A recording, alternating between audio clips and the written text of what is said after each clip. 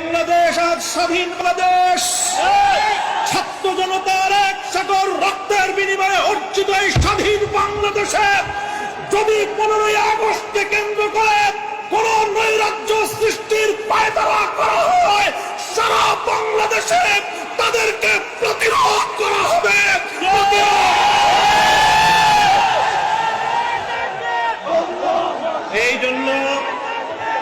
এই জন্য আমরা বৈষম্য বিরোধী ছাত্র আন্দোলনের নেতৃবৃন্দ, অন্তর্বর্তীকালীন সরকারের দায়িত্বশীলদের পাশাপাশি হেফাজতে ইসলামের নেতা কর্মীদেরকে আমি আহ্বান জানাতে চাই, আগামীকাল 15ই আগস্ট, 16ই আগস্ট এবং গোটা আগস্ট মাস জুড়ে আমাদেরকে সতর্ক থাকতে হবে।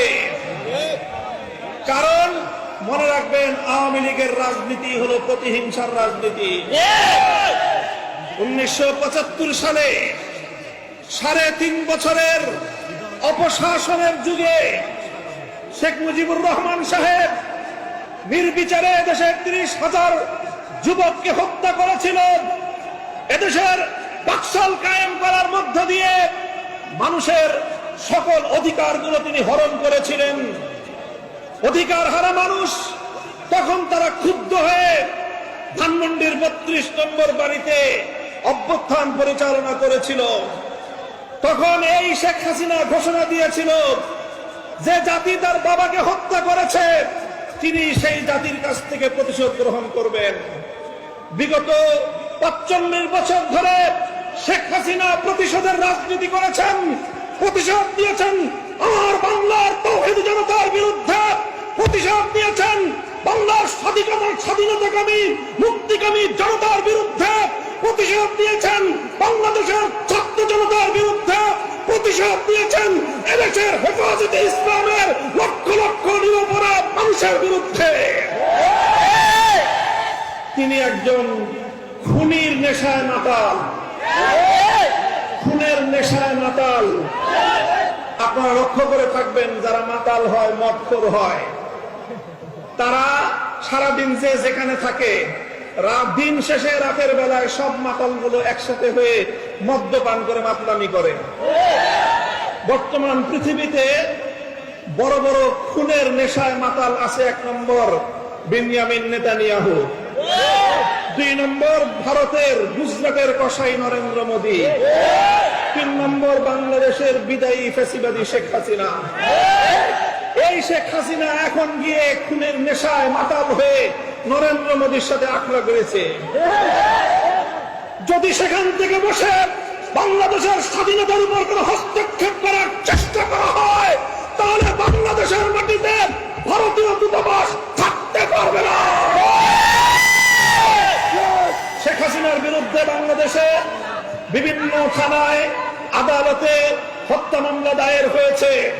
আমি আহ্বান জানাতে চাই, খুনি হাসিনাকে ধরে এনে বিচারের কাঠগড়ায় দাঁড় করাতে হবে। প্রিয় সাথী ও বন্ধুগণ, বক্তব্য শেষ। ইনশাআল্লাহ বিগত দিনে যেভাবে আমরা রক্ত দিয়েছি পিলখানায়, যেভাবে আমরা রক্ত দিয়েছি স্বপ্ন চত্বরে, যেভাবে আমরা রক্ত দিয়েছি মোদী বিরোধী আন্দোলনে হাটহাজারীতে, যেভাবে রক্ত দিয়েছি আমরা মোদী বিরোধী আন্দোলনে ব্রাহ্মণবাড়িয়ায়, ঠিক আগামী দিনেও দেশের স্বাধীনতা রক্ষার জন্য, ইসলামের হেফাজতের জন্য যদি আবার রক্ত দেওয়ার প্রয়োজন হয়, স্বাধীনতার ঝান্ডা নিয়ে রক্ত দেওয়ার জন্য প্রস্তুত থাকবে কারা?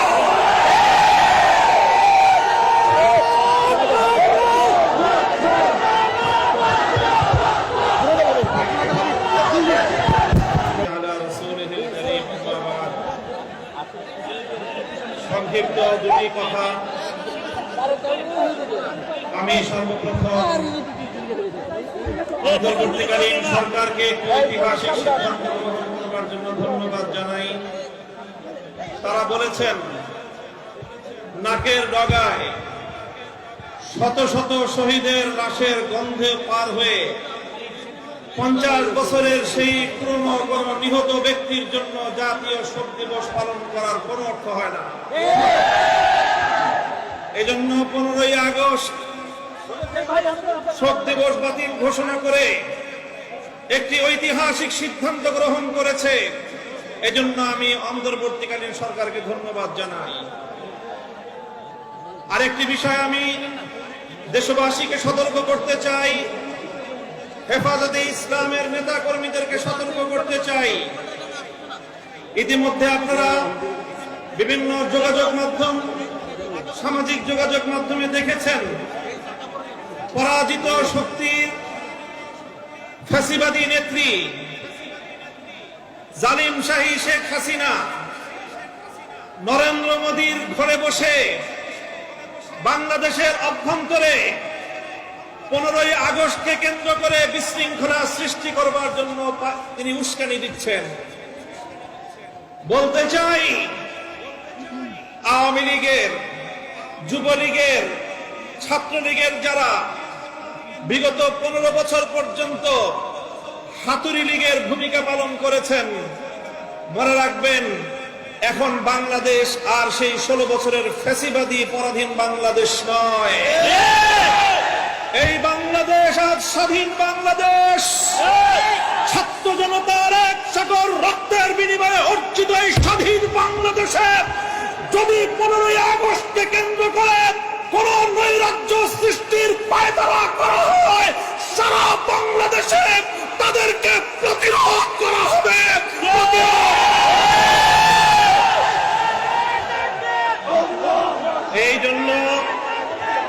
এই জন্য আমরা বৈষম্য বিরোধী ছাত্র আন্দোলনের নেতৃবৃন্দ, অন্তর্বর্তীকালীন সরকারের দায়িত্বশীলদের পাশাপাশি হেফাজতে ইসলামের নেতা কর্মীদেরকে আমি আহ্বান জানাতে চাই, আগামীকাল 15ই আগস্ট, 16ই আগস্ট এবং গোটা আগস্ট মাস জুড়ে আমাদেরকে সতর্ক থাকতে হবে। কারণ মনে রাখবেন, আওয়ামী লীগের রাজনীতি হলো প্রতিহিংসার রাজনীতি। 1975 সালে 3.5 বছরের অপশাসনের যুগে শেখ মুজিবুর রহমান সাহেব নির্বিচারে দেশে 30,000 যুবককে হত্যা করেছিলেন। এদেশের বাকশাল কায়েম করার মধ্য দিয়ে মানুষের সকল অধিকারগুলো তিনি হরণ করেছিলেন। অধিকার হারা মানুষ তখন তারা ক্ষুব্ধ হয়ে ধানমন্ডির 32 নম্বর বাড়িতে অভ্যুত্থান পরিচালনা করেছিল। তখন এই শেখ হাসিনা ঘোষণা দিয়েছিল যে জাতি তার বাবাকে হত্যা করেছে তিনি সেই জাতির কাছ থেকে প্রতিশোধ গ্রহণ করবেন। বিগত 45 বছর ধরে শেখ হাসিনা প্রতিশোধের রাজনীতি করেছেন, প্রতিশোধ দিয়েছেন আমার বাংলার তাওহীদ জনতার বিরুদ্ধে, প্রতিশোধ দিয়েছেন বাংলার স্বাধীনতাকামী মুক্তিকামী জনতার বিরুদ্ধে, প্রতিশোধ দিয়েছেন বাংলাদেশের ছাত্র জনতার বিরুদ্ধে, প্রতিশোধ দিয়েছেন এদেশের হেফাজতে ইসলামের লক্ষ লক্ষ নিরপরাধ মানুষের বিরুদ্ধে।